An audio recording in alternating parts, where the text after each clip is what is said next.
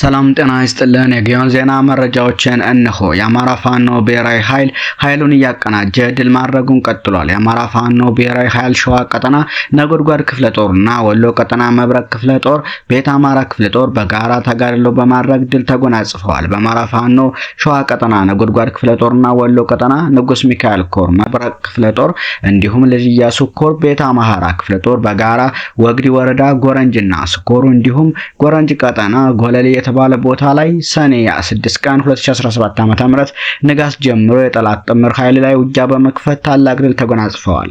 የአፋባሃ አሃዶች በውህደት በሰሩት ተጋድሎ በርካታ ዙፋን ጠባቂ ሰራዊት በመደምሰስ ድል የተጎናጸፉ ሲሆን ጠላት ከደረሰበት ሰብአዊና ቁሳዊ ኪሳራ በተጨማሪም ይዘታውን በመልቀቅ ጎረንጅ ከተማን አልፎ የሚገኘውን ይላላ የተባለ ቦታ ላይ ያለውን የመከላከያ ኬላ ተቆጣጥረነዋልም ብለዋል። በቀጣይም የመሪ ድርጅታችን አፋባሃ አሃዶች በውህደት ተጋድሎዎችን አጠናክረው የሚቀጥሉ ሲሆን በበርካታ ቀጠናዎች በተመሳሳይ ጊዜ አውደ ውጊያዎችን በመክፈት ጠላትን እስከ መጨረሻው አከርካሪውን መስበር እንደሚችሉም አመራሮቹ ገልጸዋል። በተያያዘም አፋባሃ ሜጀር ጀነራል ዋንታ ባተኮር አጼ ፋሲል ክፍለ ጦርና ኢንጂነር ስመኘው በቀለ ክፍለ ጦር በጥምረት በፎገራ ወረዳ በአገዛዙ ሰራዊት ምሽግ ላይ ረፋር ላይ ከወጂ ጊዮርጊስ የጀመረው አውደ ውጊያ ሲቲ ዝባ ተራራና ዶሮ እርባታ ላይ የነበሩ የአገዛዙ ምሽጎችን በመደረማመስ ጠላትን ዋና አስፓልት ድረስ እንዲፈረጥጥ አድርገውታል። በዚህ አውደ ውጊያ የጠላት አንድ አይሱዙና አንድ ፓትሮል ተሽከርካሪዎች ከጥቅም ውጭ ሲሆኑ የአገዛዙ አራዊት ሰራዊት ቁስለኛ በሁለት ፓትሮል ወደ ደብረ ታቦር ይዞ ሄዷል። በተመሳሳይ ወጂ ጊዮርጊስ ውጊያው እንደተጀመረ የኢንጂነር ስመኘው ውስን ሰራዊት አለም በር ከተማ ውጊያ አድርጓል። በሁለቱም የአውደ ውጊያ ቦታዎች ከጠዋቱ 2 ሰዓት እስከ 6 ሰዓት ድረስ ውጊያው ሲቀጥል አገዛዙ በቁስም በአካልም በስነ ልቦናም በእጅጉ ከባድ ኪሳራ ደርሶበታል። እንዲሁ ደብረ ታቦር ከተማ ሜጀር ጀነራል ዋንታ ባተ ተወርዋሪ ክፍለ ጦር በሰራው በተጠና ኦፕሬሽን የከተማ ኦፕሬሽን የአማራን ህዝብ በካዱ ባዲን ሰራሽ ሚሊሻዎች በለጠ አንዳርጌ ቆራጡና ቡድኖች ላይ ግሩም እርምጃ ተወስዷል። መስቀል ስጋና ጃምቦ ቤት ላይ በተደረገ የነፍጠኝነት መድኃኒት ቆራጡና ቡድኖቹ የእርምጃው ተቋራጭ ሲሆኑ የእርጋ ሲሳይ የግል ተቀጣሪና ተላላኪው ጸዳሉ ደሴ በድንጋጤ ቴሌግቢ ውስጥ ሩጦ ገብቷል። በዚህ ስኬታማ የታቀደ ስራ ብዙዎች ወዲያውኑ ሲሞቱ፣ ቆሪጥና ውስኖች ደግሞ እጅግ ከባድ አደጋ እንዲቀበሉ ተደርጓል። ከደብረ ታቦር ሆስፒታል ማንነታቸው ያልታወቁ 4 አስክሬኖች በድብቅ እንዲወጡ ተደርጓል።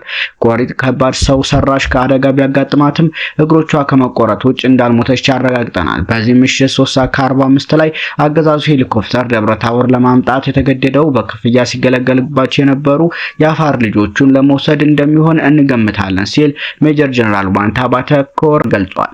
በተያያዘም የአፋባሃ የጎንደር ቀጠና 4ኛ ደጃዝማች ጎቤ ክፍለ ጦር አጣራ ብርጌድ በዛሬው ዕለት አርብ ሰኔ 6 ቀን 2017 ዓ.ም ከጠዋቱ 3:45 ላይ በማዕከላዊ ጎንደር ዞን ታች አርማጭ ወረዳ ሳንጃ ከተማ አቅራቢያ የፈንድቃና የፍልውሃ አበበው የተባሉ አነስተኛ መስመር ከተማዎችን ተቆጣጥረዋል። ከ67ኛ ክፍለ ጦር የጠላት ኃይል ጋር ውጊያ ያረፈደ ሲሆን ከጠላት ኃይል ሞት 5 ቁስለኛ 10 በላይ በመሸከም ከተማዎችን በመልቀቅ ወደ ሳንጃ ከተማ ፈርጧል ሲል የጎቤ ክፍለ ጦር ህዝብ ግንኙነት መምሪያ ኃላፊ አርበኛ ስማቸው ጥላሁን ሩብዬ ገልጿል። በተያያዘም ሰኔ 5 ቀን 2017 ዓ.ም በምስራቅ በለሳ ወረዳ ቆላ ሐሙሲት ከተማ ላይ የአፋባሃ ጎንደር ቀጠና የዳግማዊ ቴዎድሮስ 5ኛ ኮር አካል የሆነው ንስር በለሳ ቅጣው እጅጉ ክፍለ ጦር ጉልላት ጸጋይ ብርጌድ በትናንትናው ዕለት 3 ሰዓት ያህል የፈጀ ውጊያ አድርገዋል። በውጊያው ላይም የጠላት ጥምር ኃይል ምርኮኛ ሞትና ቁስለኛ ሆኗል። ከ20 በላይ መከላከያና ከ5 በላይ የሚሊሻ አባላት የሞቱ ሲሆን 6 የነፍስ ወከፍ ክላሽንኮቭ ተማርኳል። በውጊያው ላይም አናብስት ንስሮች ደምቀው ውለዋል ሲል የዳግማዊ ቴዎድሮስ 5ኛ ኮር ህዝብ ግንኙነት ኃላፊ ፋኖ መምህር አብነት ሞላ ገልጿል።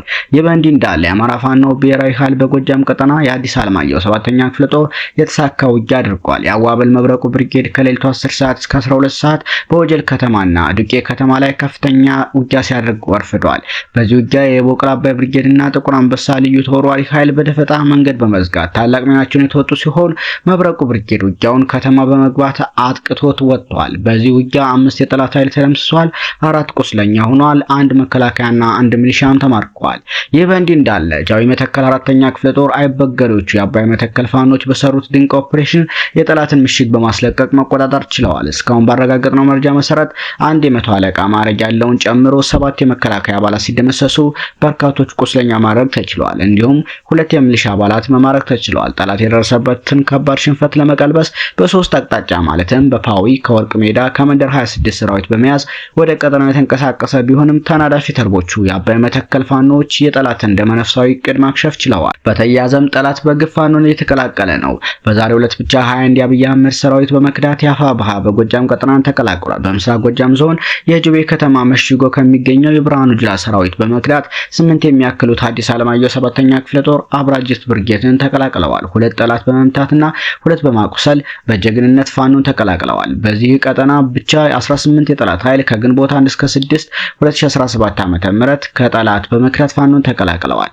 በዚህ ቀጠና ብቻ 18 የጠላት ኃይል ከግንቦት 1 እስከ ሰኔ 6 2017 ዓ.ም ከጠላት በመክዳት ፋኖን ተቀላቅለዋል። አብራጅት ብርጌድ 17 የጠላት ኃይሎች ከርተው ሲቀላቀሉ የቦቅላ አባይ ብርጌድን ደግሞ አንድ የጠላት ኃይል ተቀላቅሏል። ራስ ቢትወደድ መንገሻ ቲከም ክፍለ ጦር አረንዛው ዳሞት ብርጌድ በጃቢ ጠናን ወረዳ በማንኩሳ ከተማ የብልጽግና ስርዓት ጋሻ ጃግሬ ሆኖ ሲያገለግሉ የቆዩ ሚሊሻ የስርዓቱን መበላሸት በህዝብ ላይ የሚያደርሰውን በደል ተመልክተው የነበራቸውን ስህተት በማረም በመከራ የሚገኘውን ህዝብ ነፃ ለማውጣት ወጥተው የዳሞት አርበኞችን ተቀላቅለዋል። በተመሳሳይ 8 የጠላት ኃይል 9ኛ ሳሙኤል አወቀ ክፍለ ጦር አረንዛው ጎንቻ ብርጌድን ተቀላቅለዋል። አቢቲ ቦንሳ ጉተማ፣ አብዲ ታከላ አባ፣ ሰቦና ጆንሳ ተሾመ፣ ናትናኤል አሳምነው፣ አንዱ ዓለም ሁሴን፣ ኤፍሬም አኤሚቶ፣ መረስ ከድር፣ አብርሃም አለልኝ የሚባሉ ከጎንቻ ከተማ በመግዳት ፋኖን ተቀላቅለዋል። በሌላ በኩል ኮሎኔል ዳንኤል ሙልጌታ አለሙ የሚባል የባድማ ብተና ያገዛዙን ኃይል ሲያገለግል የቆየ ሲሆን ግንቦት 5 2017 ዓ.ም ከምሽቱ 6 ሰዓት ላይ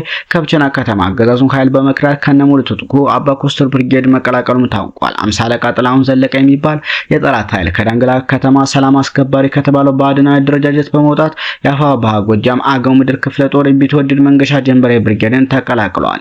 በሌላ ዓለም አቀፍ መረጃ የእስራኤል መከላከያ ሚኒስቴር ትናንት ምሽት የኢራንን ጥቃት ተከትሎ የሚከተለውን መረጃ ሰጥቷል። ኢራን በሁለት ዙር ከመቶ ያላነሱ ሚሳኤሎችን ተኩሳለች። አብዛኛዎቹንም አክሽፈናቸዋል።